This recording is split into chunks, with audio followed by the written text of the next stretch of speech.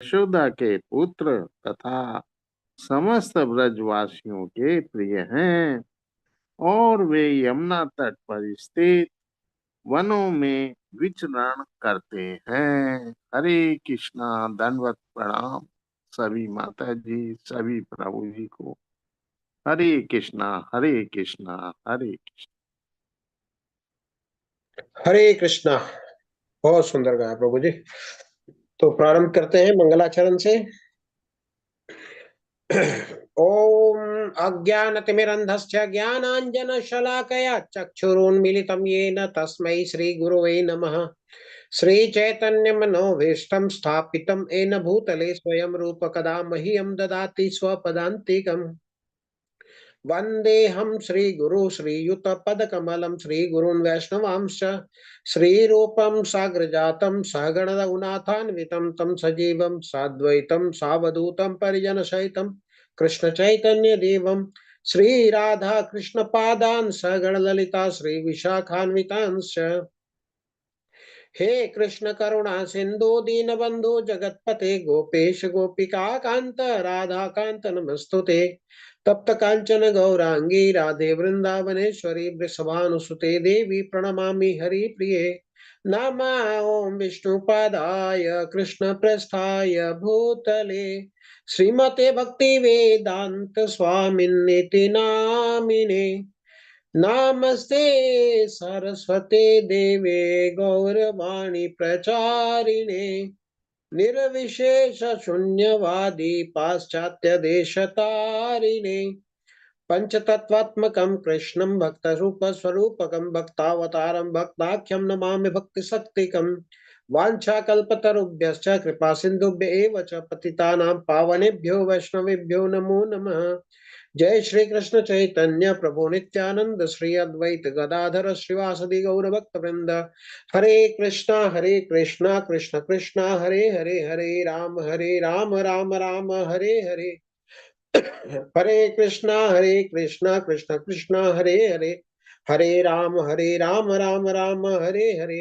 हरे कृष्णा कृष्ण कृष्णा हरे राम राम हरे हरे। हरे कृष्णा।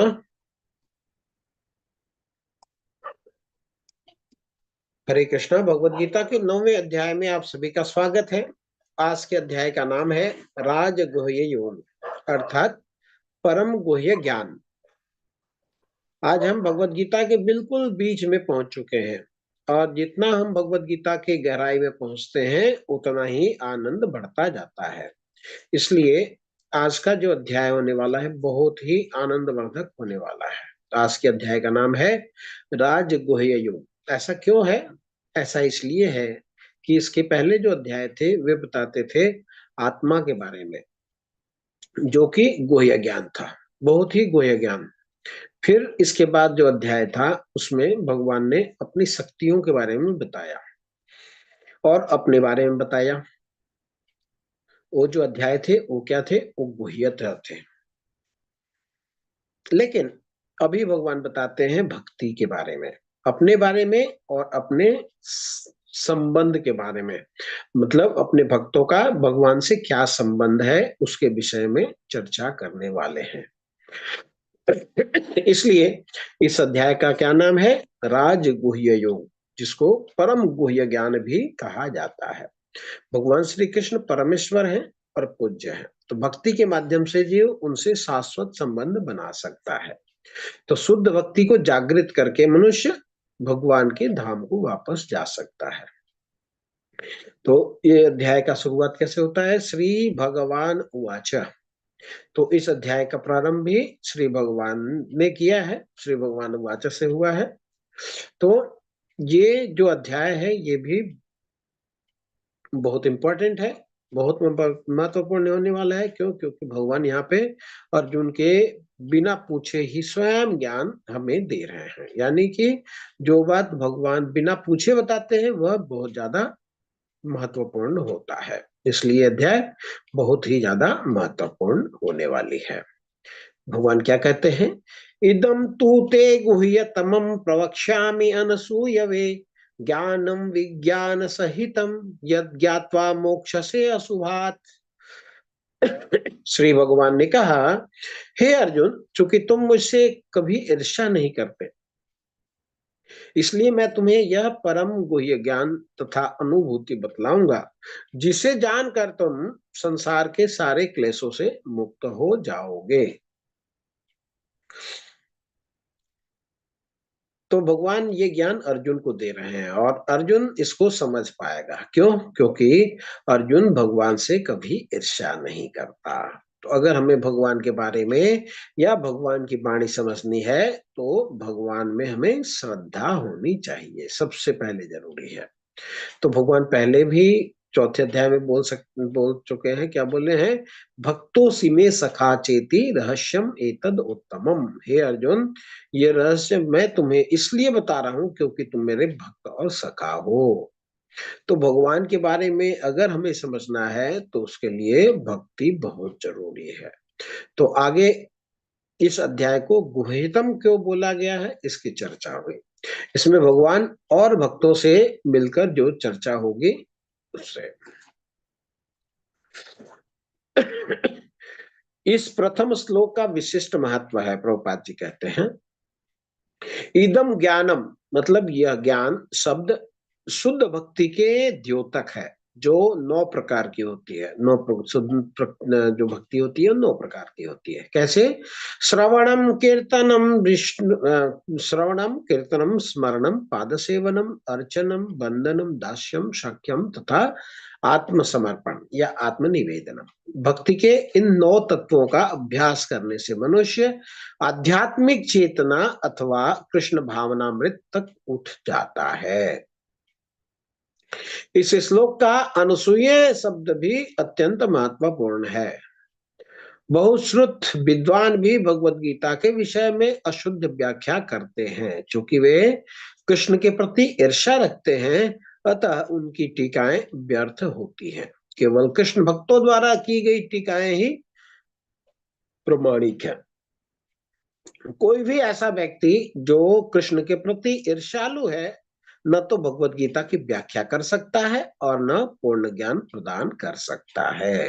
अतः ऐसी टीकाओं से सावधान रहना चाहिए। जो व्यक्ति यह समझते हैं कि कृष्ण भगवान हैं और शुद्ध तथा दिव्य पुरुष हैं, उनके लिए अध्याय बहुत लाभप्रद होने वाला है।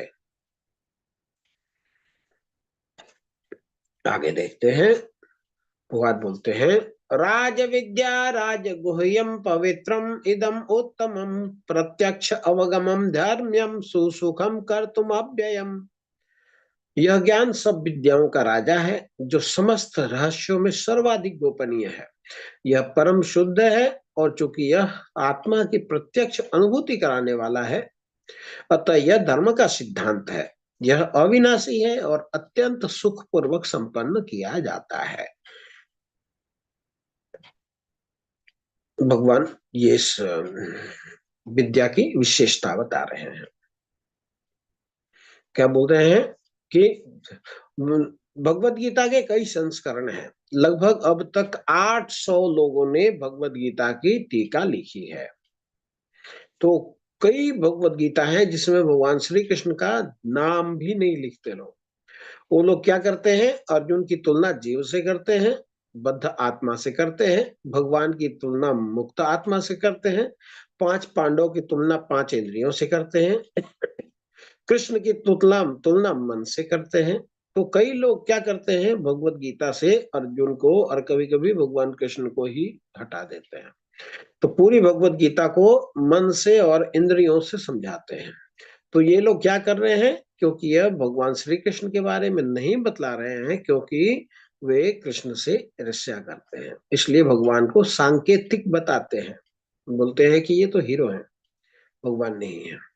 प्रभुपाद जी कहते हैं कि वे लोग कभी भी भगवत गीता के ज्ञान को नहीं समझ सकते, क्योंकि भगवान स्वयं अर्जुन से कह रहे हैं कि तुम मुझसे ईर्ष्या नहीं करते, इसलिए मैं तुम्हें यह ज्ञान दे रहा हूं। अगर भगवत गीता नहीं समझनी है तो भगवान से और भक्तों से ईर्ष्या करना शुरू कर लीजिए। भगवत गीता अगर हम पढ़ रहे हैं या सुन रहे हैं तो हमें भक्तों के द्वारा जो टीका है उसको ही पढ़ना चाहिए।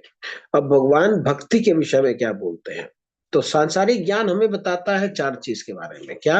आहार, निद्रा, भय और मैथुन के बारे में। यानी कैसे बेहतर खाया जाए, कैसे बेहतर सोया जाए, कैसे अपनी रक्षा की जाए और अपने परिवार को कैसे आगे बढ़ाया जाए, ऑफस्प्रिंग कैसे जन्म ले। तो सांसारिक ज्ञान होता है इन्हीं 4 विषयों के लिए बना होता है। लेकिन अगर इस संसार से मुक्त होना है, यानी जन्म मृत्यु जरा व्याधि से मुक्त होना है, तो भगवान का विशद ज्ञान ही हमें वह करा सकता है। भगवान की या भक्ति के विषय में विज्ञान को राज विद्या कहते हैं, या सभी विद्याओं का राजा बोला गया है। इसे राज गुह्य भी बोला गया है। क्यों? क्योंकि एक बार प्रभुपाद जी MIT कॉलेज में गए थे अमेरिका में लेक्चर देने। तो वहां पे सभी जो प्रोफेसर होते हैं वे प्रभुपाद जी के पास आते हैं। वो बोलते हैं, कोई बोलता है कि हम इस विषय पर रिसर्च कर रहे हैं, कोई बोलता है कि मैं उस विषय पर रिसर्च कर रहे हैं। तो बहुत सारी चीजें बताते हैं। तो प्रभुपाद जी बोलते हैं कि मृत्यु के बाद क्या होता है, इसके ऊपर कौन रिसर्च कर रहा है। तब सभी के सभी चुप हो जाते हैं। तो कोई भी इस विषय को नहीं जानना चाह रहा है आजकल। ऐसा हो रहा है कि व्यक्ति के विषय में, भगवान के विषय में बहुत ही कम लोग जानना चाह रहे हैं। इसलिए इसको राजगुह्य बोला गया है। इसकी प्रत्यक्ष अनुभूति की जा सकती है। भक्ति कोई काल्पनिक चीज नहीं है। आपको कोई कल्पना नहीं करनी इसके लिए। आपको तो साक्षात अनुभव हो जाएगा। कोई 2 माला कर रहा है, कोई 16 माला कर रहा है, इनको 1-2 महीने बाद कुछ कुछ अनुभव होने लग जाएगा। तो जब आप जब करते हैं जब, तो आपको स्वयं अनुभव हो जाएगा, आपके जीवन में परिवर्तन आना शुरू हो जाता है। तो भक्ति कोई काल्पनिक चीज नहीं है। ये क्या है? प्रत्यक्ष अवगमम धर्म्यम। इसको आप प्रत्यक्ष अनुभव कर सकते हैं। आगे बोलते हैं सुसुखम। आपको सुख प्रदान करने वाला है। और इसका अगला गुण है कर्तुम अव्ययम। अर्थात भक्ति कभी समाप्त नहीं होने वाली, हमेशा चलती रहती है। भक्ति की विशेषता है। जो ज्ञानी लोग हैं, जो निराकारवादी हैं, वे क्या चाहते हैं? वे ईश्वर में लीन होना चाहते हैं। वे भगवान की भक्ति नहीं करना चाहते, सेवा नहीं करना चाहते। उनका उद्देश्य होता है भगवान में लीन हो जाना। जो अष्टांग योगी हैं वह भी भगवान से संपर्क बनाते हैं और भगवान को में ध्यान लगाकर उसी में आनंद लेना चाहते हैं। लेकिन जो भगवान के भक्त होते हैं, भगवान की हमेशा सेवा करना चाहते हैं। भगवान के भक्त क्या चाहते हैं? जब वह जन्म मृत्यु से छूटकर भगवान के धाम पर पहुंचने पर भी भक्ति में लगे रहना चाहते हैं। तो भगवान के भक्त इस बद्ध शरीर में होते हैं तब भी सेवा करते हैं, और जब इस बंधन से मुक्त हो जाते हैं, यानी मुक्त जीव के रूप में जब भगवान धाम में चले जाते हैं, वहां भी भक्ति ही करना चाहते हैं। जैसे ब्रह्म संहिता में कहा गया है, लक्ष्मी सहस्त्र सत सम ब्रह्म सेव्यमानम। यानी कि भगवान के धाम में हजारों हजार लक्ष्मियां सेवा में लगी रहती हैं। भगवान के जो भक्त हैं हमेशा सेवा करना चाहते हैं। कभी कभी भक्त सेवा के लिए मुक्ति को भी पीछे छोड़ जाते हैं। हनुमान जी हैं, भगवान के साथ तक नहीं गए। उन्होंने सेवा को चुना और भगवत धाम जाने के बजाय भगवत भक्ति में लगे हैं। तो भगवान की भक्ति कभी समाप्त नहीं होती, इसलिए अव्यय बोला है। तो भगवान के भक्त कभी कभी मुक्ति को भी पीछे छोड़ देते हैं भगवान की सेवा के लिए। चैतन्य महाप्रभु से शास्त्र में कहते हैं, मम जन्मनि जन्मनि भवताद भक्तिर अहेतुकी त्वयि।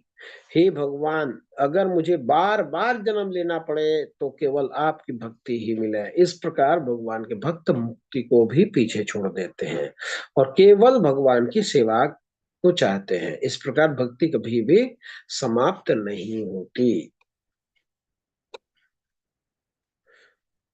तो कई लोग होते हैं जो भगवान में विश्वास नहीं रखते, उनका क्या होता है? भगवान बोल रहे हैं, हे परंतप, जो लोग भक्ति में श्रद्धा नहीं रखते वे मुझे प्राप्त नहीं कर पाते। अतः वे इस भौतिक जगत में जन्म मृत्यु के मार्ग पर वापस आते रहते हैं। तो ऐसे लोगों का क्या होता है? वे संसार से बंध जाते हैं, जो भक्ति नहीं करते। तो भगवान का एक और नाम है, वो नाम क्या है? मुकुंद। मुकुंद का मतलब होता है मुक्ति के दाता, तो जो मुक्ति दिला सकते हैं, इसलिए भक्ति के बिना इस संसार की माया से ऊपर नहीं उठ सकते। शंकराचार्य जी अपने प्रार्थना भज गोविंदम में क्या लिखते हैं? पुनरपि जननम पुनरपि मरणम पुनरपि जननी जठरे शयनम इह संसारे बहु दुस्तारे कृपया पारे पाहि मुरारे। शंकराचार्य जी लिखते हैं, बार बार जन्म होता है, बार बार मरण होता है, और बार बार हम माता के गर्भ में जन्म लेते हैं। ये तो जठराग्नि है, उसमें हमें तपना पड़ता है। इस संसार में हमें अनेक कष्ट मिलने वाले हैं, लेकिन हे मुरारी, हे कृष्ण, तुम ही केवल इससे पार लगा सकते हो। केवल भगवान कृष्ण ही हमें इस भौतिक संसार से मुक्त कर सकते हैं, इसलिए उनका क्या नाम है? मुकुंद। आगे क्या बोलते हैं भगवान? यह संपूर्ण जगत मेरे अव्यक्त रूप द्वारा व्याप्त है, समस्त जीव मुझ में है किंतु मैं उनमें नहीं हूँ। तो क्या भगवान बोल रहे हैं कि ये पूरा जो संपूर्ण जगत है मेरे अव्यक्त रूप द्वारा व्याप्त है। मतलब अव्यक्त रूप कौन सा भगवान का? विश्व रूप। विश्व रूप मतलब सारे के सारे प्रकृति भगवान में समाये हुए हैं, और समस्त जीव भगवान में है, लेकिन भगवान उनमें नहीं है। आगे बढ़ते हैं। आगे भगवान बोलते हैं, तथापि मेरे द्वारा उत्पन्न सारी वस्तुएं मुझ में स्थित नहीं रहती। जरा मेरे योग ऐश्वर्य को देखो। यद्यपि मैं समस्त जीवों का पालक अर्थात भरता हूँ और सर्वत्र व्याप्त हूँ, लेकिन मैं इस विराट अभिव्यक्ति का अंश नहीं हूँ। मैं सृष्टि का कारण स्वरूप हूँ। भगवान बोल रहे हैं कि मैं सृष्टि का कारण स्वरूप हूँ, कारण हूँ, मेरे वजह से ही ये सृष्टि कायम है। आगे बताते हैं, जिस प्रकार सर्वत्र प्रवाहमान प्रबल वायु सदैव आकाश में स्थित रहती है, उसी प्रकार समस्त उत्पन्न प्राणियों को मुझ में स्थित जानो। अर्थात सारी जो प्राणी है भगवान के ही स्थिति में है। तब देखिए ये चित्र दिखाया गया है, क्या दिखा रहा है? ये गैलेक्सी है। गैलेक्सी है मतलब हमारा जो सौर मंडल यहाँ पे है, बीच में सूर्य है और इतने इतने ऐसे ऐसे। और अगर हम माइक्रो लेवल में देखें तो हमारा जो स्ट्रक्चर है एक वैसा ही है। अगर हम दूर से देखें तो ये हमें एक आंख का पुतली नजर आता है, आंख जैसा नजर आता है। तो जो ये माइक्रोस्कोपिक लेवल में जो स्ट्रक्चर है वो सारा कुछ इस तरह से है। तो micro structure, micro microscopic level and macroscopic level दोनों में ये हमें दिखता है। भगवान क्या बोलते हैं?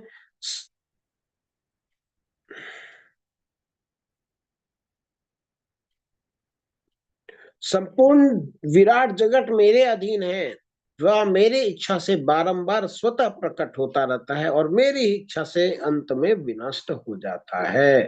तो भगवान क्या बोल रहे हैं कि ये जो जगत है वो भगवान के अधीन है, और भगवान की इच्छा से बार बार प्रकट होता है, और भगवान की इच्छा से ही अंत में विनष्ट हो जाता है। तो भगवान जब सांस लेते हैं तो सारे के सारे ब्रह्मांड भगवान के नासिका में होते हुए उनके पेट उदर में चले जाते हैं, और जब सब भगवान सांस छोड़ते हैं तो ऐसे ही करोड़ों करोड़ ब्रह्मांड अस्तित्व में आते हैं।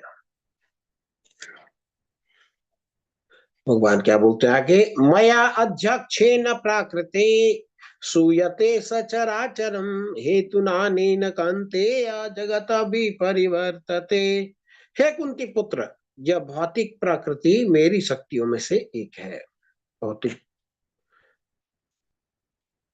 और मेरी अध्यक्षता में कार्य करती है, जिससे सारे चर तथा अचर प्राणी उत्पन्न होते हैं। उसके शासन में यह जगत बारंबार सृजित और विनष्ट होता है। भगवान क्या बोलते हैं? ये जो प्रकृति है मेरी अध्यक्षता में कार्य करती है, मतलब मेरी देखरेख में कार्य करती है। चर और अचर ये सारे प्राणी उत्पन्न होते हैं वो भगवान के प्रभाव से ही। हेतु नानी न कौनतेय, तो ये भगवान इसके कारण स्वरूप है, और भगवान के शासन में ये सारा होता है। क्या? जगत भी परिवर्तते, ये जो दृश्य जगत है इसका जो ये परिवर्तन जो होता है, बार बार बनना और बिगड़ना, ये भगवान की इच्छा से होता है, भगवान के शासन में ऐसा होता है। भगवान क्या कहते हैं? अवजानन्ति माम मूढ़ात् मानुष्यम तनुमाश्रिता परम भावम अजानन्तो मम भूत महेश्वरम। जब मैं मनुष्य रूप में अवतरित होता हूं तो मूर्ख मेरा उपहास उड़ाते हैं, वे मुझ परमेश्वर के दिव्य स्वभाव को नहीं जानते। ऐसा क्यों क्यों उपहास उड़ाते हैं? क्योंकि वो ईर्ष्या करते हैं। अगर आप किसी से ईर्ष्या करेंगे तो उसकी अच्छाई अच्छाई जितनी है सब छुप जाती है, सिर्फ बुराई बुराई नजर आती है। तो इसलिए जब मूर्ख क्या करते हैं? मूर्ख तो भगवान को मानते नहीं, भगवान से वो ईर्ष्या करते हैं। वो जब देखते हैं कि भगवान में अच्छे गुण हैं, अच्छा भगवान सबके कंट्रोलर हैं, तो उनको लगता है कि अरे भगवान क्यों कंट्रोलर बनेंगे, मैं क्यों नहीं बन सकता? कंट्रोलर भगवान नहीं है, वो कंट्रोलर तो मैं हूँ, मैं अपने लेवल से कंट्रोल करूंगा। तो जब भगवान का अवतरण होता है, जब भगवान आते हैं तो मूर्ख है जो है उनका उपहास करते हैं, खिल्ली उड़ाते हैं। वे मुझ परमेश्वर के दिव्य स्वभाव को नहीं जानते, भगवान के बारे में जानना उनके लिए मुश्किल होता है, वो जान नहीं पाते हैं भगवान के स्वभाव को। और जो नहीं जानते उनकी क्या गति होती है, आगे बताते हैं। मोघ आशा मोघ कर्माणो मोघ ज्ञान विचेतस राक्षसीम आसुरीम चैव प्रकृतिम मोहिनीम श्रिता। जो लोग इस प्रकार मोहग्रस्त होते हैं वे आसुरी तथा नास्तिक विचार के प्रति आकृष्ट रहते हैं। इस मोहग्रस्त अवस्था में उनकी मुक्ति की आशा, उनके सकाम कर्म तथा ज्ञान का अनुशीलन सभी निष्फल हो जाते हैं। क्या बोल रहे हैं कि इनका जो आशा है, जो एक्सपेक्टेशन करते हैं, वो मोग है। मोग है मीन्स फालतू है, बिना फालतू के ये आशा करते हैं। इनका जो काम है वो भी मोग है, वो भी फालतू का है। और मोग ज्ञाना, इनका जो ज्ञान है वो भी बेकार का है। और कैसे? ये राक्षसीम आसुरीम चैव प्रकृतिम मोहिनी श्रिता। तो ये राक्षसी और ये आसुरी और नास्तिक विचार के प्रति आकृष्ट होने वाले हैं।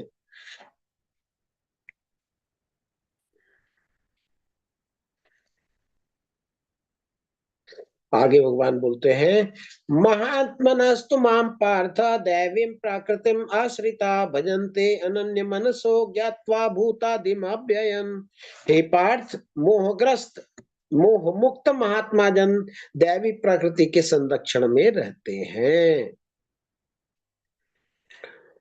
वे पूर्णता भक्ति में निमग्न रहते हैं। क्यों? क्योंकि वे मुझे आदि तथा अविनाशी भगवान के रूप में जानते हैं। जो भगवान को अच्छी तरह जानते हैं वो भगवान के नाम रूप गुण लीला का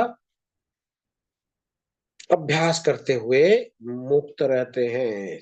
मोह मुक्त महात्मा जन दैवी प्रकृति के संरक्षण में रहते हैं। वे पूर्णतः भक्ति में निमग्न रहते हैं क्योंकि वे मुझे आदि तथा अविनाशी भगवान के रूप में जानते हैं। तो चित्र किसका है, कोई बता सकता है? किसी को मालूम है? नहीं, ये है माधवेंद्र पुरी जी। ये माधवेंद्र पुरी जी हैं और ये बहुत।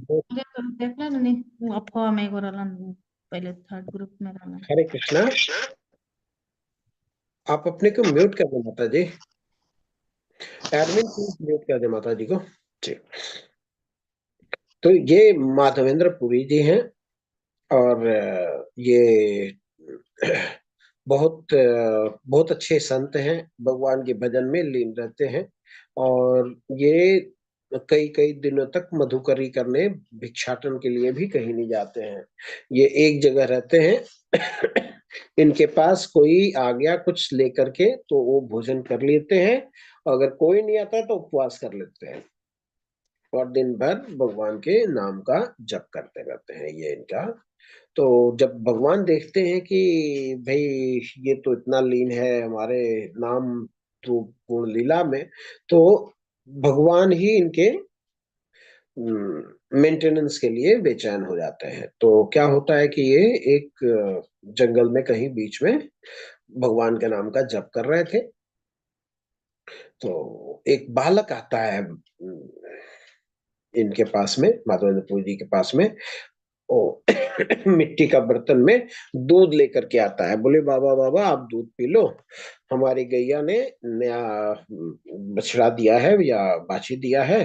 तो माता जी ने बोला कि कोई साधु को, पहला जो गाय का दूध है ना, ये साधु को देना चाहिए दान में, तो ये आपके लिए लाया हूं, आप इसको पी लो। तो मध्वाचार्य ने जी ने इसको पी लेते हैं। पी लेते हैं तो इनको दूध तो बहुत दिव्य लगता है। इन्होंने बर्तन, और बोला था कि मैं बर्तन लेने बाद में आ जाऊंगा, आप रखे रहना। तो इन्होंने बाजू में रख दिया बर्तन, तो पी लिया और भगवान का नाम माला जपते रहे। जब रात हुई तो भगवान उनके सपने में आए। अरे माधवेंद्र पुरी जी, मैं तो आया था आपसे मिलने, आप मुझे पहचान नहीं पाए। तो माधवेंद्र पुरी जी रोने लग गए कि भगवान कब आए, मैंने तो पहचाना नहीं। तो फिर उनको दर्शन देते हैं उस रूप में, जो ग्वाल बाल के रूप में। तो फिर उनको बड़ा अफसोस होता है कि अरे भगवान आए थे दूध देने मेरे को, मैं तो दूध पी लिया आराम से, लेकिन भगवान को पहचान नहीं पाया। धिक्कार है मेरे ऐसे जीवन पे।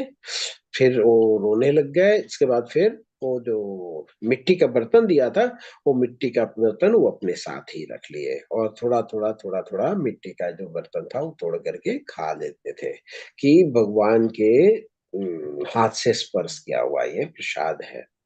तो महात्मा जन क्या करते हैं, वो दैवी प्रकृति के संरक्षण में रहते हैं और पूर्णता भक्ति में निमग्न रहते हैं, भगवान के सेवा में लगे रहते हैं। क्यों? क्योंकि वे मुझे आदि तथा अविनाशी भगवान के रूप में जानते हैं।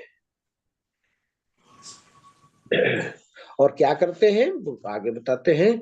सततम कीर्तयन्तो माम यतन्तश्च दृढ़व्रत नमस्यन्तश्च माम भक्त्या नित्य युक्त उपासते।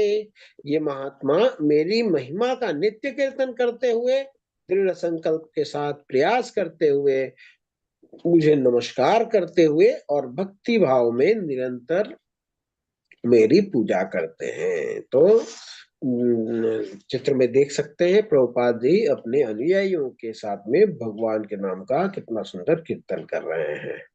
और भगवान भी यही बोलते हैं कि जो महात्मा होते हैं, जो भक्त होते हैं, वे नित्य मेरे नाम का कीर्तन करते हैं, मेरी महिमा का कीर्तन करते हुए, दृढ़ संकल्प के साथ साथ प्रयास करते हुए मुझे नमस्कार करते हैं और भक्ति भाव से भगवान की आराधना करते हैं। भगवान आगे बोलते हैं, पिता हम यस्य जगतो माता धाता पितामह वेद्यम पवित्रम ओमकार ऋक्षाम यजुरेव च। मैं इस ब्रह्मांड का पिता माता आश्रय तथा पितामह हूँ। मैं ज्ञेय अर्थात जानने योग्य, शुद्धिकर्ता तथा काय ओमकार, करून घेतलं तू पण? काय झालं तुला अचानक असं? सामवेद तथा यजुर्वेद भी हूँ।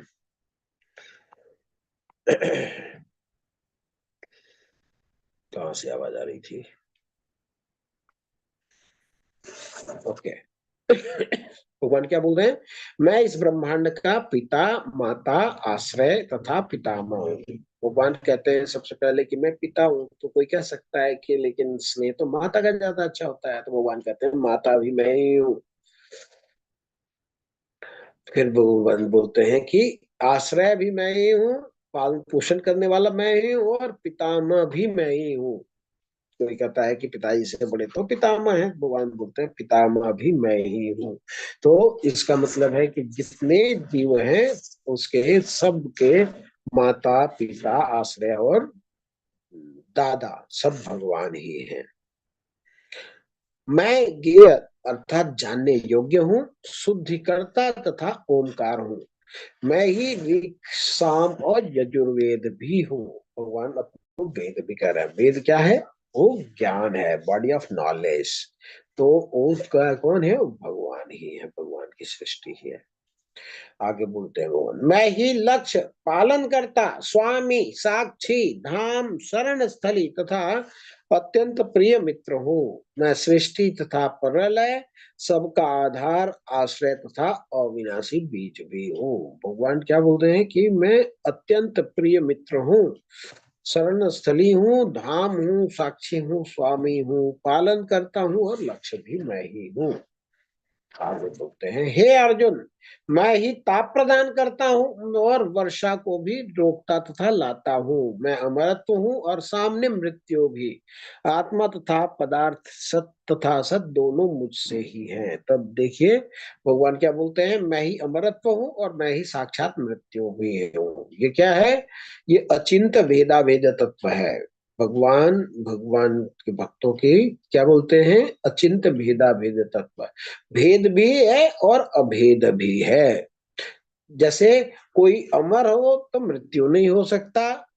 क्या बोल रहे हैं? मैं अमरत्व भी हूँ और साक्षात मृत्यु भी हूँ, आत्मा भी हूँ और पदार्थ भी हूँ, वर्षा को लाता भी मैं ही हूँ और बंद भी मैं ही करता हूँ, रोकता भी मैं ही हूँ। तो ये क्या है? अचिंत्य भेदा भेद तत्व है, जिसका चिंतन हम भौतिक दशा में नहीं कर सकते। ये आध्यात्मिक लेवल में ये कैरेक्टरिस्टिक्स दिए हुए हैं।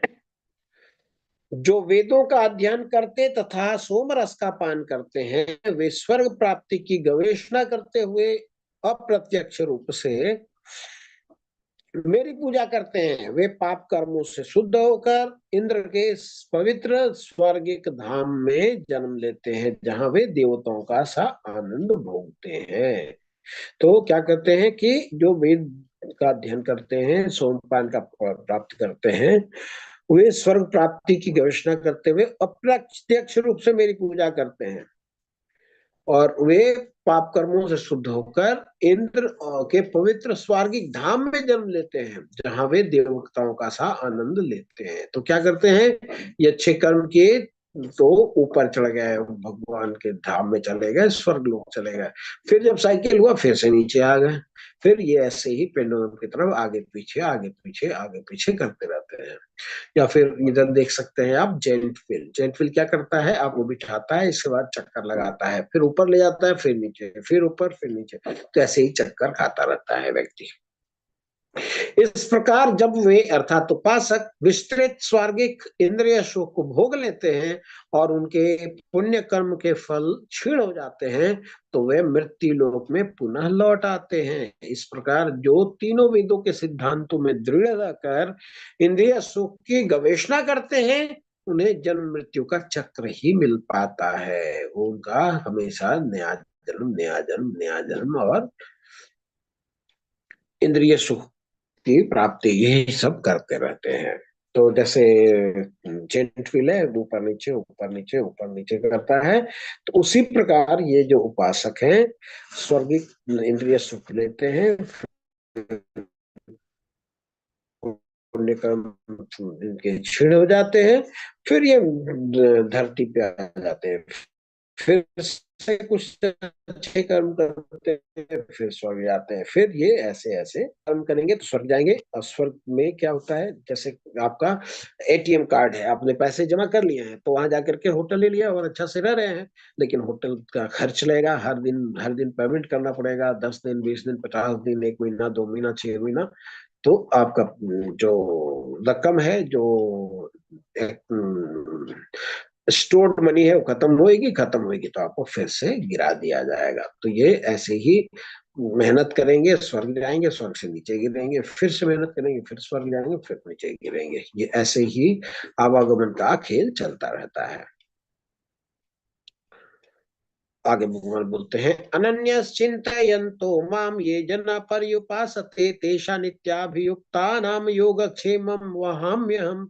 किंतु जो लोग अनन्य भाव से मेरी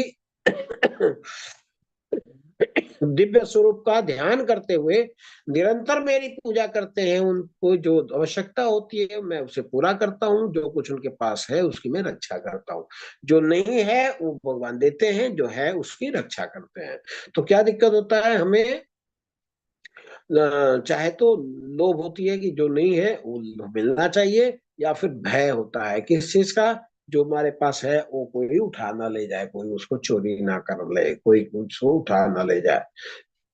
तो भगवान कहते हैं कि जो मेरा ध्यान करता है, जो मेरा चिंतन करता है, तो उसके पास जो चीज नहीं होती उसको मैं प्रदान कर देता हूँ, जो उसके पास होती है मैं उसकी रक्षा करता हूँ।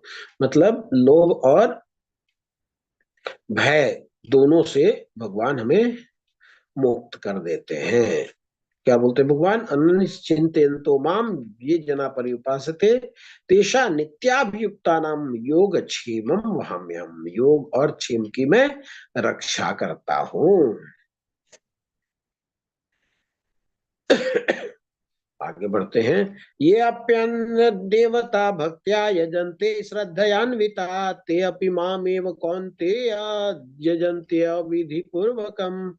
हे कुंती पुत्र, जो लोग अन्य देवता के भक्त हैं और उनकी श्रद्धा पूर्वक पूजा करते हैं, वास्तव में वे भी मेरी ही पूजा करते हैं, किंतु वे यह त्रुटिपूर्ण ढंग से करते हैं। क्या बोलते हैं भगवान के, जो देवताओं की भक्ति करते हैं, मैं तो हृदय में परमात्मा स्वरूप हूँ, जब देखता हूँ कि ये किसी और की आराधना करने लग जाते हैं तो मैं उनको वहीं पे मैं फिक्स कर देता हूँ, उनकी जो भावना है, उनकी जो श्रद्धा है वहीं पे टिका देता हूँ, ताकि वो जिस देवता की उपासना करते हैं धीरे धीरे धीरे धीरे उनमें श्रद्धा आए और उनकी पूजा में वो लगे रहे। क्या बोलते हैं कुंती पुत्र, जो लोग अन्य देवता के भक्त हैं और उनकी श्रद्धा पूर्वक पूजा करते हैं, वास्तव में वे मेरी ही पूजा करते हैं, किंतु वे त्रुटिपूर्ण ढंग से करते हैं। वो दूसरे रास्ते से करते हैं, लेकिन ये पूजा किसकी होती है, वो तो भगवान की ही होती है। यान्ति देवव्रता देवान् पितृयान्ति पितृव्रता भूतानि यान्ति भूत्येजा यान्ति मध्यो जिनोपि माम। क्या बोलते हैं, जो देवताओं की पूजा करते हैं वे देवताओं के बीच में जन्म लेते हैं, जो पितरों को पूजते हैं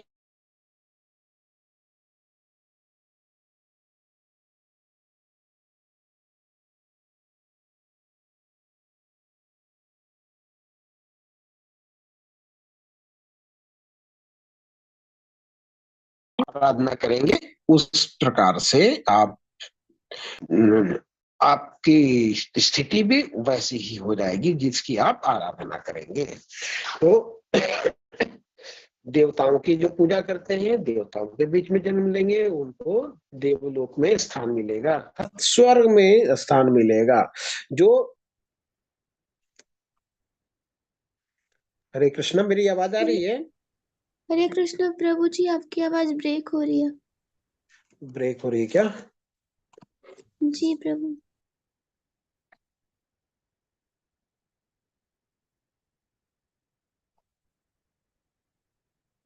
प्रभु जी आ रही है आपकी आवाज। हरे कृष्णा। अब आ रही है माता? यस प्रभु जी। हाँ, तो क्या बोलते हैं कि जो देवताओं की पूजा करते हैं वे देवताओं के बीच में जन्म लेंगे, जो पितरों को पूजते हैं, जो मृतक लोग जो होते हैं पितर लोग, उनके बीच में जाएंगे, और जो मेरी पूजा करते हैं वे मेरे पास साथ निवास करेंगे। तो ये क्वाइट ऑब्वियस है कि जिससे हमारा प्रेम होगा हम उसी के पास तो जाएंगे, जिसके साथ हमारा संबंध होगा हम उसी के पास जाएंगे। तो अगर देवताओं के साथ हमारा संबंध होगा तो हम देवलोक में जाएंगे, पितरों के साथ में होगा तो हम पितृलोक जाएंगे, अगर भगवान के साथ हमारा संबंध होगा तो हम भगवान के पास जाएंगे। तो ये इस कंफ्यूजन को तोड़ता है। कई लोग कहते हैं कि आप किसी की भी पूजा करो एक ही जगह जाओगे, ये बिल्कुल गलत है। भगवान बड़ा क्लियरली मना कर दिए, बोलते हैं कि जिसमें आप श्रद्धा रखोगे आपकी गंतव्य वही होगी। ऐसा नहीं कि आप टिकट लोगे दिल्ली का और पहुंच जाओगे मद्रास, ठीक है? अब भगवान क्या बोलते हैं, पत्रम पुष्पम फलम तोयम यो मे भक्त्या प्रयच्छति तदहम भक्ति प्रहृत स्नामि प्रयतात्मना। यदि कोई प्रेम तथा भक्ति के साथ मुझे पत्र पुष्प फल या जल प्रदान करता है तो मैं उसे स्वीकार करता हूँ। ये बहुत सुंदर श्लोक है, बहुत ही अच्छा मुझे लगा। और सबसे पहले मैंने यही श्लोक पढ़ा था। भगवान क्या बोलते हैं कि पत्र पुष्प फल और जल जो मुझे प्रदान करते हैं मैं उसको स्वीकार करता हूँ। कोई भी व्यक्ति धरती पे हो, कोई भी हो, चाहे प्रेसिडेंट हो, प्रधानमंत्री हो, नेता हो, जिसको भी आप जानते हो, कोई भी ब्यूरोक्रेट हो, आप ये नहीं कर सकते कि मैं उसको एक मिठाई का डब्बा ला करके दिया, उसमें से एक मिठाई उसने चखा हो, नहीं कह सकते आप। चाहे आप कितना भी बड़ा गिफ्ट ले करके चले जाओ, 5,000 रुपए किलो वाला मिठाई लेके चले जाओ, लेकिन ठिकाना नहीं है वो यूज करेगा नहीं करेगा, खाएगा या नौकरों को बांट देगा। दिवाली आती है, सब लोग मिठाई एक दूसरे को एक्सचेंज करते हैं। जो ब्यूरोक्रेट्स होते हैं, जो नेता लोग होते हैं, उनके यहाँ तो अंबार लग जाती है, 50 डब्बा मिठाई आ जाता है, 50 जगहों से आ जाता है। वो क्या करते हैं, सब नौकरों में बांट देते हैं। और क्या बोल रहे हैं भगवान, अगर एक पत्रम, एक पत्ता, एक फूल, एक जल, एक बूंद जल और एक फल अगर हम भगवान को अर्पित करते हैं तो भगवान उसको एक्सेप्ट करते हैं। तो ये सब क्या चीज है, ये सब भौतिक पदार्थ हैं। और इसमें एक ढेला भी नहीं लगना, कोई पैसे नहीं लगने, फ्री है। और भगवान के ही बनाए हुए हैं, कोई इसमें से एक चीज मनुष्य बना भी नहीं सकता। ना एक पत्ता बना सकता है, ना एक फूल बना सकता है, ना एक जल बना सकता है, ना फल बना सकता है। और भगवान कितने कृपालु हैं, ये नहीं बोल रहे हैं कि मुझे सेव दो, मेरे को बेर मत देना। एक बेर भी फल हो सकता है, सेव भी फल हो सकता है, कोई भी फल हो सकता है, कोई भी फूल हो सकता है। तो भगवान अगर हम देते हैं, लेकिन कंडीशन क्या है, प्रेम तथा भक्ति के साथ देना होगा। तो पत्र, हम तुलसी पत्र अर्पण करते हैं भगवान को प्रसाद में। पुष्प, पुष्प हम भगवान अर्पित करते हैं। फल, वो भी हम लोग अर्पित करते हैं, चाहे फ्रेश फ्रूट हो या फिर ड्राई फ्रूट हो। और जल, जल प्रदान करते हैं। तो ये हमें रोज भगवान को अर्पित करना चाहिए, कम से कम। आगे भगवान बोलते हैं, यत करोषि यदस्नासि यज्जुहोषि ददासि यत तपस्यसि कौन्तेय तत्कुरुष्व मद अर्पणम। हे कुंती पुत्र, तुम जो कुछ करते हो, जो कुछ खाते हो, जो कुछ अर्पित करते हो या दान देते हो, जो भी तपस्या करते हो, उसे मुझे अर्पित करते हुए करो। आप कुछ ना कुछ तो खाते होंगे, भगवान को अर्पित करके खाइए। कुछ ना कुछ देते होंगे, भगवान को अर्पित करके दीजिए। आप दान भी देते होंगे, भगवान को अर्पित करने के बाद दान दीजिए। अगर आप जो तपस्या करते हैं वो भी भगवान को अर्पित कर दीजिए। तो ये क्या होगा, ये सब आप करेंगे तो इससे आपको बंधन नहीं लगेगा। जब अगर आप भगवान को भोजन पहले पका करके भगवान को अर्पित कर दिए तो जो भोजन में जो पाप है उससे आप बच जाएंगे। जो दान है, दान देने से आपको क्या होगी, पुण्य प्राप्ति होगी। पुण्य प्राप्ति होगी तो क्या करना पड़ेगा, आपको स्वर्ग जाना पड़ेगा। स्वर्ग से फिर से छिड़े पुण्य मृत्यु लोकम विशंति। जब पुण्य आपका छिड़ हो जाएगा फिर से पृथ्वी पे आना पड़ेगा। फिर पुनरपि जननम पुनरपि मरणम, फिर से जन्म लेना, फिर से मरना, फिर से जन्म लेना, फिर से मरना पड़ेगा। अगर आप दान करेंगे और उससे पुण्य प्राप्त करेंगे तो अच्छा क्या है, हम भगवान को अर्पित करें, इसका भगवान का वस्तु किसी को दान कर दें। तो दान करते हुए भी मुझे अर्पित करो, तपस्या जो करते हो वो भी मुझे अर्पित करो। अर्पित करने से क्या होगा, आप बंधन में नहीं बंधोगे। ये सब मेरे लिए कर रहे हो ना, अपने लिए तो नहीं कर रहे। अपने लिए करोगे, अपने नाम कमाने के लिए, अपना शोहरत हासिल करने के लिए करोगे तो ये बंधन का कार्य होगा। आगे भगवान क्या बोलते हैं, समोहम सर्वभूतेषु न मे द्वेषस्ति न प्रिय ये भजन्ते तो माम भक्त्या मयि ते तेषु चाप्यहम्। मैं न तो किसी के साथ द्वेष करता हूँ, न किसी के साथ पक्षपात करता हूँ, मैं सबों के लिए समभाव हूँ, किंतु जो मुझे भक्ति पूर्वक मेरी सेवा करता है वह मेरा मित्र है, मुझ में स्थिर रहता है और मैं उसका मित्र हूँ। क्या बोल रहे भगवान? ऐसे तो मैं सबके लिए पर पक्षपात नहीं करता, द्वेष नहीं करता, हम समभाव रखते हैं, न किसी से दोस्ती न किसी से बैर। लेकिन जो मेरी भक्ति करता है, जो मेरी आराधना करता है, मैं उसका मित्र हूं और वह मेरा मित्र है। अब भगवान से मित्रता होगी तो आपको कोई छेड़ सकता है क्या? नहीं छेड़ सकता है। भगवान क्या बोल रहे हैं कि भक्तों के साथ तो मैं भयंकर पक्षपात करता हूँ, अभक्तों के साथ या कोई रिलेशन नहीं किसी के साथ तो मैं उससे कोई डील नहीं करता। भगवान अब क्या बोलते हैं? अपि चेतसु दुराचारो भजते माम अनन्य भात साधुरेव शमंतव्यम सम्यक व्यवसितो हि स। यदि कोई जघन्य से जघन्य कर्म करता है किंतु यदि वह भक्ति में रत है तो उसे साधु मानना चाहिए। मान लीजिए कोई बुरा से बुरा कार्य कर रहे हैं लेकिन अगर भक्ति करता है तो उसके क्या मानना चाहिए? उसको साधु मानना चाहिए। क्यों? क्योंकि वह अपने संकल्प में अडिग रहता है। क्यों? क्योंकि वह अगर भक्ति कर रहा है तो ये अपराध आज नहीं तो कल, कल नहीं तो परसों ये छोड़ ही देगा। क्यों? क्योंकि जो अभी अपराध भी कर लिया है मान लीजिए 2 मिनट के लिए, तो वो अपराध के क्यों है? क्योंकि पीछे से वो हमेशा अपराध करता आया है, अब उसने छोड़ दिया लेकिन प्रवृत्ति उसकी पुरानी नहीं मिटी है, इसलिए एक दो बार वो अपराध कर भी देता है तो भी उसको साधु मानना चाहिए। क्यों? वो उसका मन परिवर्तन होने वाला है और ये सब बंद करने वाला है। भगवान उसका गारंटी तक लेते हैं। क्या बोलते हैं? अपि चेत सुदुराचारो, अगर दुराचारी भी है, अगर मेरा भजन करता है अनन्य भाग अनन्य रूप से तो साधु रेव शमंतव्यम, उसको साधु मानना चाहिए। और सम्यक व्यवस्थो हिसा, क्योंकि वो अपने संकल्प में अडिग है और भक्ति कर रहा है, भक्त बनेगा, ये सब छोड़ने वाला है आगे आने में। और क्या होता है? क्षिप्रम भवति धर्मात्मा शश्वत शांतिम निगच्छति कौन्तेय प्रतिजानीहि न मे भक्ता प्रणश्यति। बोलते हैं क्या? और फटाफट जल्दी से क्या होता है? धर्मात्मा बन जाता है और शश्वत शांतिम निगच्छति, और उसको स्थायी शांति प्राप्त होने वाली है। क्या बोलते हैं भगवान? वह तुरंत धर्मात्मा बन जाता है, क्षिप्रम बहुत जल्दी, और शश्वत शांति स्थायी शांति प्राप्त होता है। कौन्तेय प्रतिजानीहि, हे कुंती पुत्र निडर होकर घोषणा कर दो, क्या?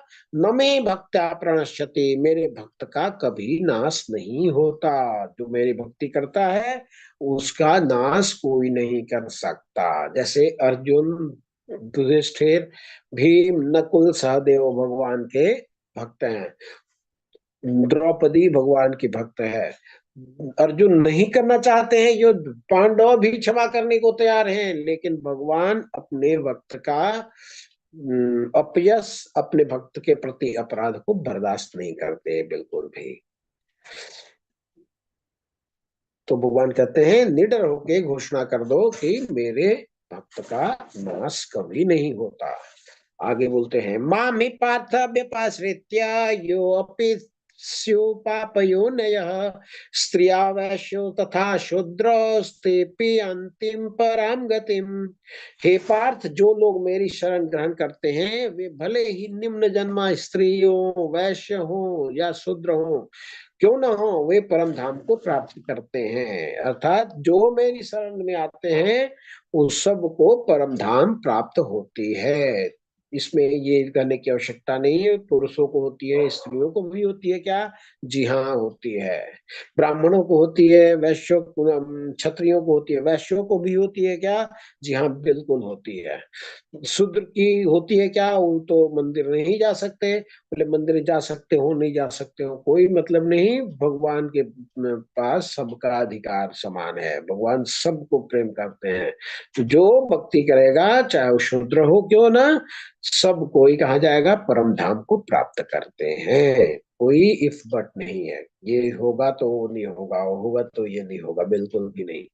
भगवान कहते हैं जो मेरी शरण ग्रहण करते हैं वे परम धाम को जाने के अधिकारी होते हैं, चाहे वो कोई भी क्यों ना हो।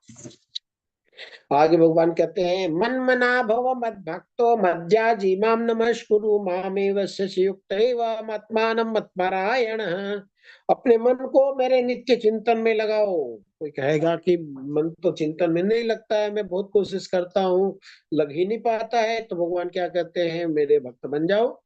ठीक है आपकी भक्ति करो, भक्त बन जाओ। बोलते भक्ति करना भी बड़ा मुश्किल है। भगवान बोलते हैं ठीक है मुझे नमस्कार करो और मेरी ही पूजा करो। मेरी पूजा करोगे, मुझे नमस्कार करोगे तो मेरे भक्त अपने आप बन जाओगे, और जब भक्त बन जाओगे तो चिंतन तो अपने आप ही होने लगे आएगी। इस प्रकार मुझसे पूर्णतया तल्लीन होने पर तुम निश्चय रूप से मुझको प्राप्त करोगे। तो अगर तल्लीन हो जाएंगे भगवान में और तो भगवान को निश्चित रूप से प्राप्त करेंगे। तो इस श्लोक से स्पष्ट है कि इस भौतिक जगत में छुटकारा पाने का एकमात्र साधन कृष्ण भावनामृत है, लेकिन कृष्ण तत्व को न जानने के कारण भाष्यकार कृष्ण को छिपाते हैं और उनके मन तथा शरीर से पृथक बताते हैं। यद्यपि यह कृष्ण तत्व के प्रति निरी अज्ञानता है, किंतु कुछ लोग जनता को भ्रमित करके धन कमाना चाहते हैं, कुछ ना कुछ अपना ये अपनी फिलॉसफी ऐड करेंगे। अदरवाइज अगर बता देंगे कि सब भगवान ने बताया है तो इनको कौन पूछेगा। अतः मनुष्य को कृष्ण के आदि रूप में मन को स्थिर करना चाहिए।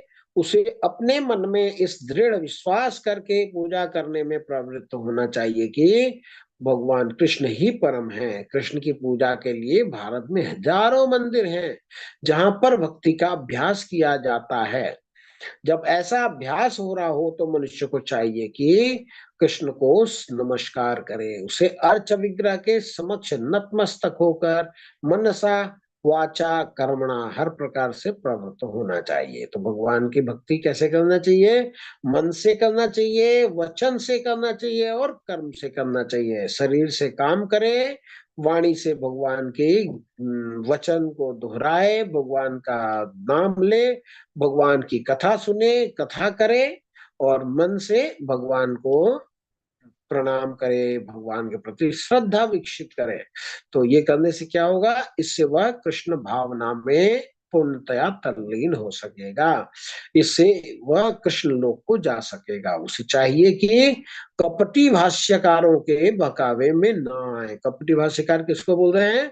जो भगवान के वाणी को, भगवान के इंस्ट्रक्शन को तोड़ के मरोड़ करके कहीं प्रदर्शित करे। जैसे वो बोलते हैं ना कि management through Bhagavad Gita, how to make money through Bhagavad Gita. भगवान ने पैसा कमाने के लिए भगवत गीता नहीं बताई है, उसके लिए बहुत सारे भौतिक मटेरियल सब्जेक्ट मैटर्स के विद्वान पढ़े हुए हैं, उन लोग सबको मालूम है भगवत गीता भगवान ने अर्थशास्त्र के लिए नहीं बताया। भगवत गीता को भगवान ने किस लिए बताया? शुरुआत आध्यात्मिक ज्ञान दिया भगवान ने, हम शरीर नहीं आत्मा है, वहां से शुरू करते हैं भगवान। और आगे आगे कैसे हम भगवत को प्राप्ति करें, कैसे हम कर्म योग के माध्यम से भगवान को प्राप्त करें, ज्ञान योग के माध्यम से करें, ध्यान योग के माध्यम से करें, भक्ति योग के माध्यम से करें, हम भगवान की भक्ति कैसे करें, भगवान से संबंध स्थापित करें कैसे करें, इसके लिए भगवत गीता है। तो क्या बोलते हैं कि उसे चाहिए कि कपटी भाषाकारों के बहकावे में ना आए, उसे श्रवण कीर्तन आदि नवदा भक्ति में प्रवृत्त होना चाहिए। शुद्ध भक्ति मानव समाज की परम उपलब्धि है। तो एक बार समरी देख लेते हैं चैप्टर 9 का फर्स्ट पार्ट है जो भगवत आश्रय ज्ञान के बारे में बताते हैं। श्लोक संख्या 1 से 10 में क्या बोलते हैं? राज विद्या राजगुह्यम पवित्रम इदम उत्तमम प्रत्यक्षावगमम धर्म्यम सुसुखम कर्तुम अव्ययम। उसमें क्या बताते हैं कि भगवान के ज्ञान को, ये ज्ञान और विज्ञान, ज्ञान मीन्स भगवान के बारे में जानना, विज्ञान मीन्स भगवान की अनुभूति कैसे करना, कैसे उस ज्ञान को अप्लाई करना है। विज्ञान मीन्स प्रैक्टिकल नॉलेज, ज्ञान मीन्स थियोरेटिकल नॉलेज, थ्योरी से फिर प्रैक्टिकल। प्रैक्टिकल में क्या होती है? हम उस चीज को करके देखते हैं, अनुभूति करते हैं। तो ये हम फर्स्ट पार्ट में बताया था। सेकेंड पार्ट में वेज टू अप्रोच कृष्णा, भगवान के पास जाने के का मार्ग कैसे है, ये 11 से 25 में बताया था। क्या बोला था? सततम कीर्तयन्तो माम यतन्तश्च दृढव्रत नमस्यन्तश्च माम भक्त्या नित्ययुक्त उपासते। इसके बाद थर्ड सेक्शन में स्वीटनेस ऑफ एक्सक्लूसिव डिवोशन, भक्ति का पूर्ण रूप से भक्ति जो है वो स्वादिष्ट है। वो क्या बोलते हैं? ये श्लोक संख्या 26 से 34 में लास्ट श्लोक बताते हैं। मन मना भव मद भक्तो मध्याजी माम नमस्कुरु माम मत्मान मत परायण। क्या बोलते हैं? मेरे को मन दे दो, मेरे भक्त बनो, मेरे को नमस्कार करो और मेरी पूजा करो। इस प्रकार तुम मेरे पारायण होगे, तुम मेरा मुझे प्राप्त करोगे। तो इसी के साथ ही हमारा ये अध्याय आज समाप्त होता है। सभी को ध्यान पूर्वक श्रवण करने के लिए बहुत बहुत धन्यवाद। किसी का प्रश्न है तो ले सकते हैं। हरे कृष्णा कृष्णा कृष्णा हरे हरे, हरे राम राम राम हरे हरे, हरे कृष्णा कृष्णा कृष्णा हरे हरे, हरे राम राम राम हरे हरे। हरे कृष्णा। सभी को दंडवत प्रणाम। देखिए कितने लोगों ने वीडियो ऑन किया हुआ है। हरे कृष्णा इंदर सिंह प्रभु जी, हरे कृष्णा। हरे कृष्णा रूमा माता जी, दंडवत प्रणाम। हरे कृष्णा वंदना माता जी, हरे कृष्णा सुरेंद्र प्रभु, हरे कृष्णा सपना माता जी, दंडवत प्रणाम।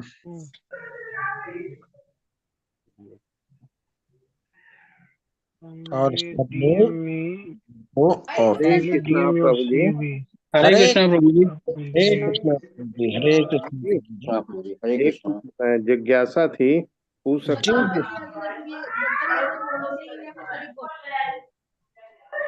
प्रभु जी जो अचिंत्य भेदा भेद बताया था ना, हरे कृष्णा। एक एक करके बात करेंगे प्रभु जी। हैंड रेस करें प्लीज। सुधीर प्रभु जी बात कर रहे थे अभी। जी हाँ प्रभु जी। प्रभु जी, हाँ बताएं। अचिंत्य भेदा भेद बताया था ना, तो जी जी प्रभु। भगवान और हमें भेद भी है और नहीं भी है ना। जी जी अचिंत्य है, हमारी चिंतन के बहुत ही परे हैं। हम जी जी भौतिकता में उनको नहीं समझ सकते, अध्यात्म में जब हम प्रगति करेंगे तभी हम उनको समझ सकते हैं। तो इसमें जी। आपने एक बताया था कि वो पदार्थ और क्या कुछ बताया था उसमें कि भेद है पदार्थ और ये, ऐसे उदाहरण दिया था, वो कृपया हमें दोबारा बता दीजिए। जी जी जी जी प्रभु, जी प्रभु, जी प्रभु। तो अचिंत्य भेदा भेद तत्व ये है। अचिंत्य क्या अर्थ होती है? कि जिसका चिंतन हम नहीं कर सकते, हम इसको समझ नहीं सकते। ठीक जी है। वो जी कैसे है? क्योंकि भगवान है वैकुंठ लोक में, अपने धाम में है। जी अगर तपस्वी ज्ञानी अगर मन के रफ्तार से अगर करोड़ों साल तक ट्रेवल करे तो भगवान के पैर के नाखून तक नहीं पहुंच सकता। लेकिन अगर भक्ति करते हैं तो भक्ति से भगवान के पास इमीडिएट पहुंचा जा सकता है। ठीक है ना। तो एक तरफ से भगवान बहुत दूर है, दूसरे तरफ से भगवान बहुत नजदीक है। बोलते हैं ना कि हृदय में रहते हैं हमारे, हाँ विभु हाँ, आत्मा के रूप में। जी जी, ब्रह्म संहिता में है कि अपने भक्तों के लिए बहुत नजदीक रहते हैं और ज्ञानी ध्यानियों के लिए बहुत दूर रहते हैं। जी। मैं याद नहीं कर पा रहा हूँ, एक श्लोक है, मैं कल बताऊंगा देख करके। तो अचिंत भेदा भेद तत्व है कि जो भगवान में गुण है वो हमारे अंदर भी गुण है, लेकिन हमारे अंदर ये जो गुण है वो अणु मात्र में है, बहुत छोटा में है, और भगवान में ये विभू है। भगवान में इतने हैं जो समुद्र का लेवल जो होता है ना उतना ज्यादा है, और हमारे में एक अणु मात्र में है। तो ये समानता भी है और भेद भी है। ठीक है प्रभु। हाँ, नहीं प्रभु जी, अभी आपने उसमें ये कुछ बताया था पदार्थ, और कुछ ऐसा उदाहरण दिया था कि पदार्थ, ये मैंने तो मान मैंने लीजिए हम मैंने लोग ये बोला बोल था के मुझे, समान है मैंने ये, हम। हाँ उस समय ये बातें हुई थी कि एक श्लोक था, पत्रम पुष्पम फलम तोयम यो में भक्त्या प्रयक्षति तदहम भक्ति उपरहिता अस्नामि प्रयतात्मना। ये क्या कहता है कि जल, पुष्प, जल, फल और पुष्प, पत्रम फल, पुष्पम। जल और पत्र, ये हाँ, सब भौतिक है। ठीक है ना, ये सब जी। भौतिक है। लेकिन भगवान को जब हम अर्पित करते हैं तो ये आध्यात्मिक हो जाते हैं, ये कन्वर्ट हो अच्छा। जाते हैं आध्यात्मिक में। तो हम भौतिक चीज से आध्यात्मिक लाभ लेने का ये तरीका है। अगर हम प्रेम और भक्ति से ये सब वस्तु भगवान को अर्पित करते हैं तो भगवान इसको प्राप्त करते हैं। जी।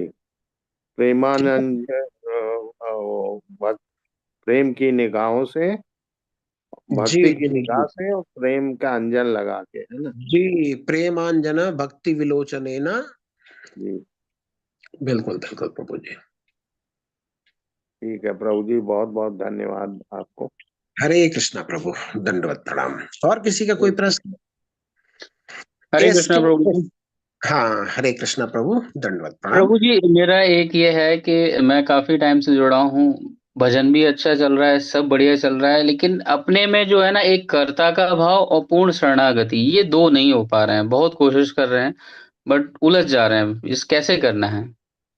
देखिए प्रभु जी, हमने बहुत जन्मों से भगवान से दूरी बना करके रखी है, ठीक है ना।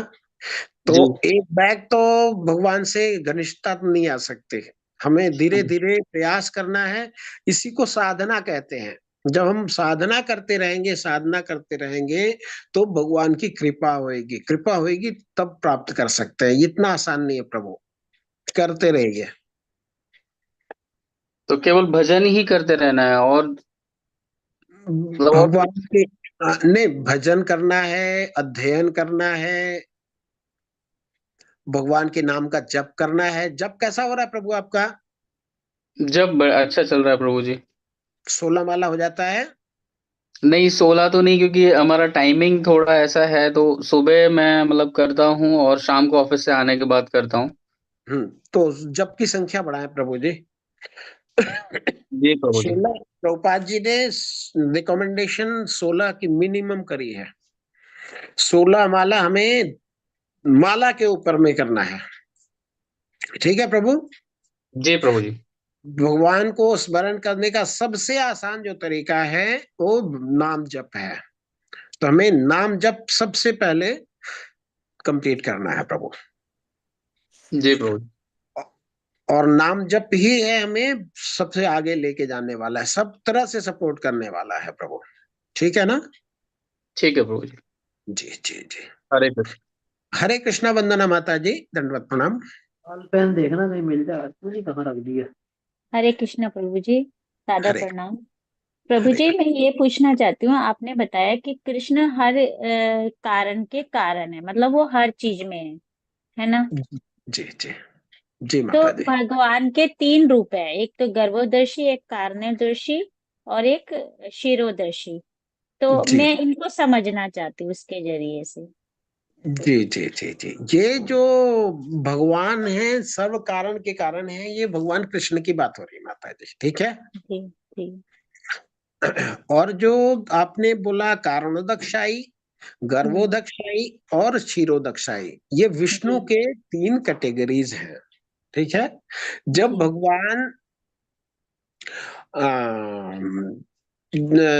भगवान जब ये सृष्टि करते हैं तो सबसे पहले कारणोदकशाई विष्णु के रूप में भगवान कृष्ण का भिन्न अंश है ये, ठीक है, भिन्न अंश है।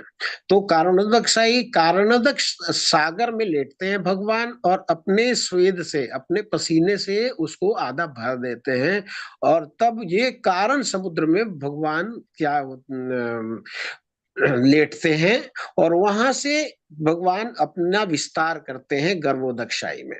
तो ये सृष्टि के गर्भ में भगवान प्रवेश करते हैं, और सृष्टि के गर्भ में जब प्रवेश करते हैं भगवान, तो वहां पे जब भगवान लेटे होते हैं तो उनके नाभि कमल से, एक नाभि से उनका कमल निकलता है, उस कमल पे ये 14 भुवन बनते हैं, जिसके बीच में पृथ्वी होता है, भूलोक होता है, उसके नीचे 6 निम्न लोक होते हैं, और 7 ऊपर में उच्च लोक होते हैं, ठीक है माता जी। जी और जो क्षीरोदक साई है, वो हर व्यक्ति, हर जीव के हृदय में भगवान क्षीर सागर में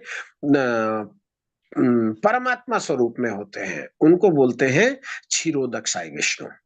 तो ये विष्णु के भेद हैं, 3 प्रकार के विष्णु हैं, जो सृष्टि को एक गर्भित करते हैं, एक कारण स्वरूप है, और एक क्षीरोदकशाही है। ये है 3 स्वरूप माता जी। तो इसी के कारण कृष्ण हर एक चीज में है। कृष्णा तो मूल है, वो ये अवतार नहीं है, ये अवतार इनसे है। ओके। जी जी माता जी।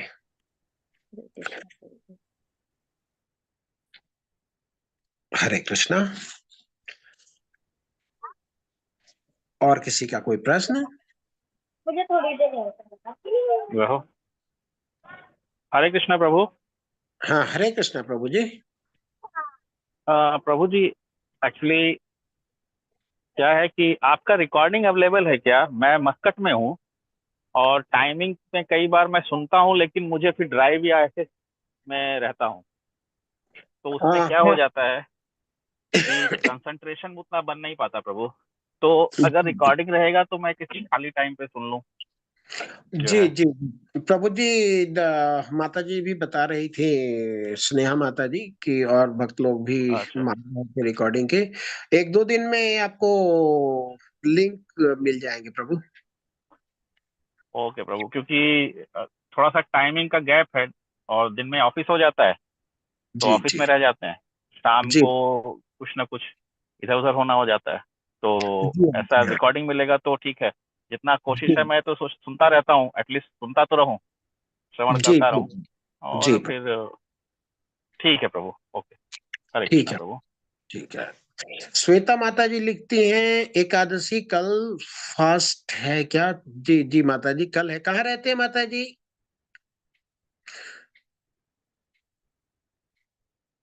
हरे कृष्णा श्वेता माता जी। दिल्ली, हरिद्वार, वृंदावन, ये सब जगह में कल ही है। ये आपके जिस स्थान में आप रहते हैं वहां पे जोग्राफिकल लोकेशन से देखना होता है माता जी।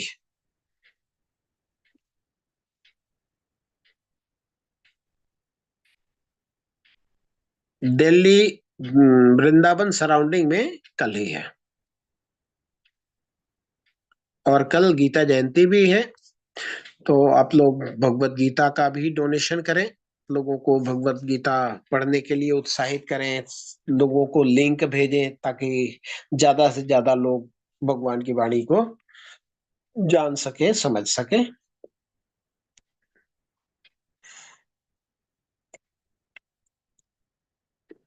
और किसी का कोई प्रश्न?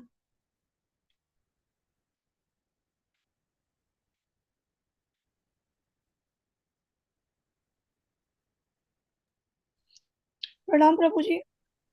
हरे कृष्ण माता जी। मेरा क्वेश्चन, आपने एक बार पूछा था क्लास में कि आप लोगों ने भगवत गीता पढ़ना क्यों शुरू करा। तो आपकी क्लास से पहले मैं बुक पढ़ती थी, तो मैंने इसलिए पढ़ा क्योंकि मैं बहुत परेशान रहती हूँ। मतलब मेरे को जैसे काफी लोग परेशान करते हैं और झूठ झूठ बोल देते हैं, तो उससे मैंने गीता पढ़ना शुरू करा। तो प्रभु जी, आप बता सकते हैं कि इसको पढ़ने से मेरी परेशानी कैसे दूर होगी? मतलब जी जी जी जी माता जी, देखिए, हम सब लोग परेशान होते हैं। कुछ किसी की थोड़ी सी होती है, किसी की ज्यादा होती है। परेशान सभी होते हैं। और परेशानी का कारण भी भगवत गीता हमें परेशानी से तो उबारता है, क्योंकि हमारे जो कॉन्शियस लेवल है ना, उसको ये ऊपर लेके जाता है। हमने पहले बात करी थी, भगवत गीता हमारे परिस्थिति को नहीं बदलता, हमारे मन स्थिति को बदलता है। हमारा मन स्ट्रांग हो जाता है तो परिस्थिति का हम सामना बहुत आसानी से कर लेते हैं। ठीक है ना? तो हर व्यक्ति की कुछ ना कुछ परेशानियां होती हैं। अब हम अर्जुन की परेशानी को देखते हैं। पहले जो भगवत गीता भगवान ने किसको दिया? अर्जुन को दिया। अब अर्जुन की परेशानी देखिए।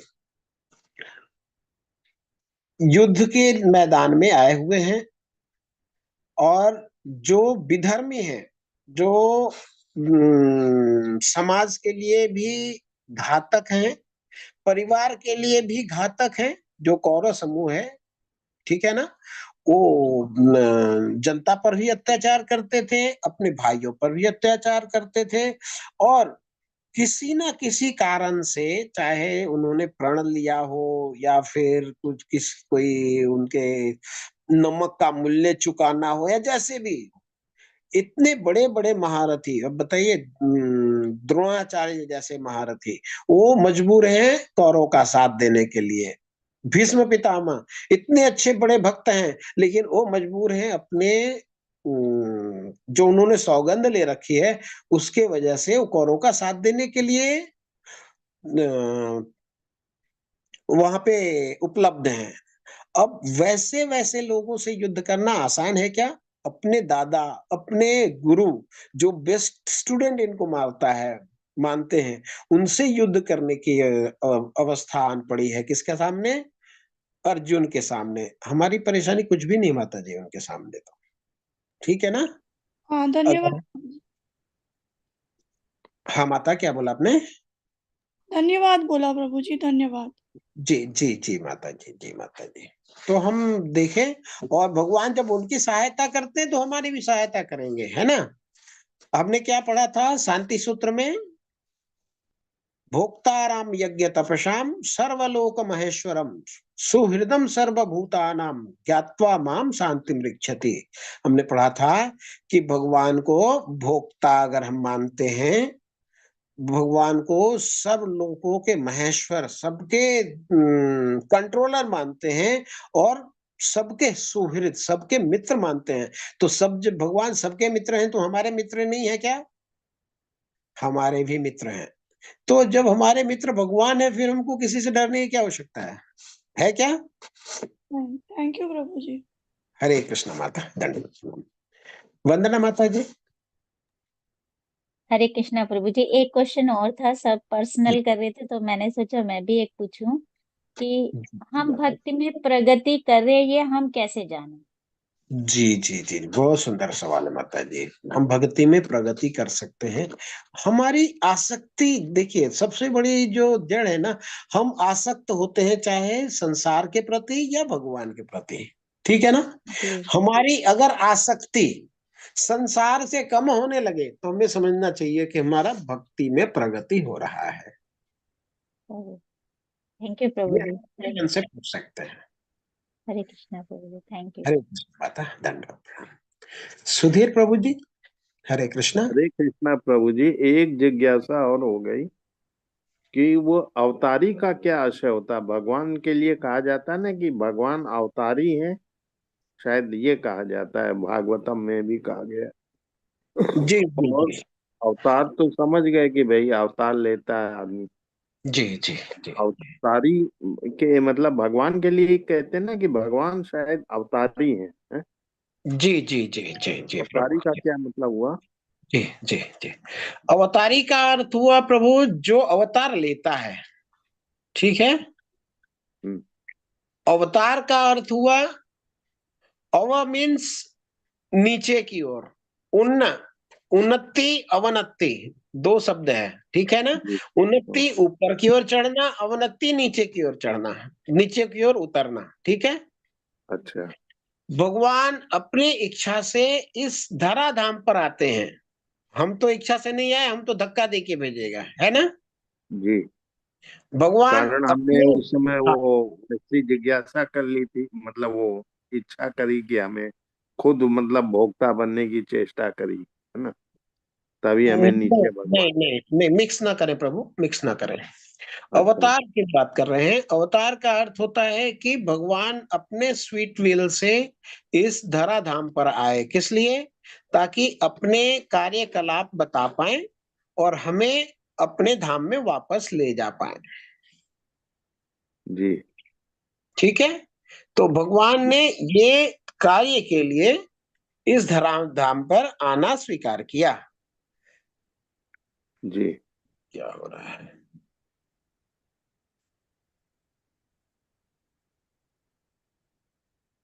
हाँ, ठीक है। जी प्रभु जी, धन्यवाद। जी प्रभु।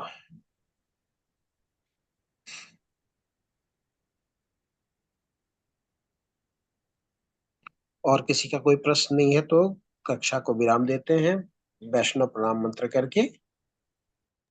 प्रभु जी, ये वंदना माता जी ने जो बोला था ना कि कैसे जाने भक्ति में प्रगति हो रही है नहीं हो रही है, तो मेरा भी इसमें कुछ भाव है, अगर आप की अनुमति हाँ हो तो मैं बोलूं। जी जी जी प्रभु जी, जैसे मुझे जो लगता है ना, जैसे जो मैंने फील किया है, मैं जो मैं पहले था, जैसे क्या होता है ना, आपने सभी जगह देखा होगा, आजकल नॉर्मल चीजों में पहले हम जैसे बैक बाइटिंग हो रहा है तो हम उसमें जाके लिप्त हो जाते थे, हमको अच्छा लगता था। बट अगर आपकी प्रगति हो रही है तो अब आपको उनसे दूर होने में ज्यादा अच्छा लगेगा।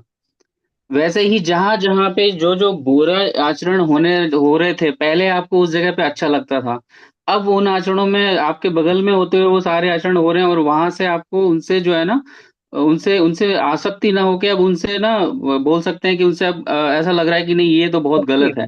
इस तरीके के अगर जो भाव आ रहे हैं तो इसमें ऑटोमेटिकली आपको मतलब कहीं ना कहीं आप एक स्टेप आगे जा रहे हैं भक्ति में। बिल्कुल सही प्रभु, बिल्कुल सही। एक्चुअली क्या है कि ये पूरा साइंस है और इसमें कई सारे स्टेप्स हैं। जो आप कह रहे हैं कि हमें समय को बर्बाद करना पहले अच्छा लगता था और जब से भक्ति में आए हैं तो उससे समय नहीं मिलता, और जो टाइम वेस्टर्स हैं उनसे बाहर हम निकलना चाहते हैं। इसको बोलते हैं अव्यर्थ कालत्वम, काल व्यर्थ में नहीं गंवाना। सांसारिक परिस्थिति में हम ज्यादा से ज्यादा, हमारे मुंह में क्या होता है? मैं बोर हो रहा हूँ, ठीक है ना। जी। मैं क्या करूं, मुझे समझ नहीं आ रहा, बोर हो रहा हूँ। जैसे भक्ति में आते हैं हम बोर होना बंद कर देते हैं। हरे हमारे कृष्णा पास, प्रभु जी, जैसे ही जी आपने बोला मैं समझ गई, क्योंकि मैंने अपने अंदर चेंजेस देखे। आपने जब मुझे एक बात बोली मैं उससे ही समझ गई कि हाँ, हम प्रगति की ओर बढ़ रहे हैं, जी। क्योंकि जी हम माता जी। प्रयास कर रहे हैं तो हम बढ़ रहे हैं। आपने बिल्कुल सही कहा कि हम विरक्त होते हैं, जैसे जैसे विरक्त होते जाते हैं चीजों से तो हम समझते जाते हैं हम प्रगति कर रहे हैं। जी समझे? माता जी। जी जी, जी जी। धन्यवाद। हरे कृष्ण प्रभु हरे जी। कृष्णा। हरे कृष्णा माता जी, प्रभु जी। हरे कृष्णा। तो वैष्णव प्रणाम मंत्र करके क्लास को विराम देंगे। वाञ्छा कल्पतरुभ्यश्च कृपा सिन्धुभ्य एव च पतितानां पावनेभ्यो वैष्णवेभ्यो नमो नमः। अनंत कोटि वैष्णव वृंद की जय। श्रील प्रभुपाद की जय। जय जय। प्रभु। पाणि भगवद गीता की जय। जी। सभी आचार्यों की जय। जय। सारे भक्तों की जय। आप सब जय। भक्तों की जय। 3 बार जय। हरे आमंत्रण करेंगे और कक्षा को विराम देंगे। हरे कृष्णा कृष्णा हरे कृष्णा कृष्ण कृष्णा हरे हरे हरे राम हरे राम राम राम राम हरे हरे हरे कृष्ण कृष्ण कृष्ण हरे हरे हरे राम राम हरे हरे राम राम राम हरे हरे हरे राम राम राम हरे हरे हरे। हरे सभी को दंडवत प्रणाम। हरे कृष्ण प्रभु जी, राधे हरे कृष्णा प्रभु जी, सादा प्रणाम, दंडवत प्रणाम प्रभु जी। और सब आप लोगों के क्विज सही चल रहे हैं? जी प्रभु जी। ओके। हरे कृष्णा प्रभु जी, सादर प्रणाम। हरे कृष्ण माता, दंडवत प्रणाम।